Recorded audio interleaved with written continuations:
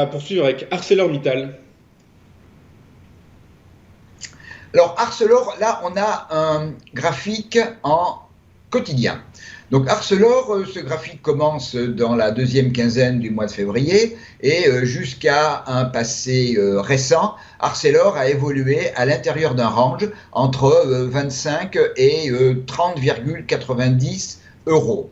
Il y a une dizaine de jours, le bas du range a été cassé et même la rupture a été accentuée par l'ouverture d'un gap entre 23,80 et 24,24. Et puis, on a trouvé, pour l'instant du moins, un soutien à 21,87.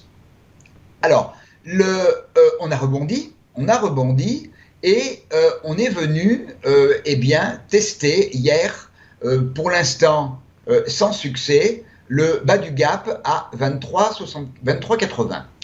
J'ai également mis les retracements de Fibonacci la dernière impulsion baissière entre 26,80 et le bas, et on voit que en fait le gap entoure, enfin plutôt les retracements 38,2 et 50 sont juste en dessous et juste en dessus du gap dont je viens de parler.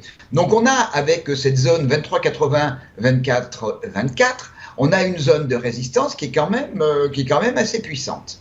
Donc maintenant, deux possibilités. La première, on est capable de franchir cette zone. Les acheteurs reprennent la main sur le marché et l'objectif serait, dans un premier temps, si on franchit, de réintégrer le range au-dessus de 25 euros et le mouvement que l'on aura eu aura été un simple bear trap.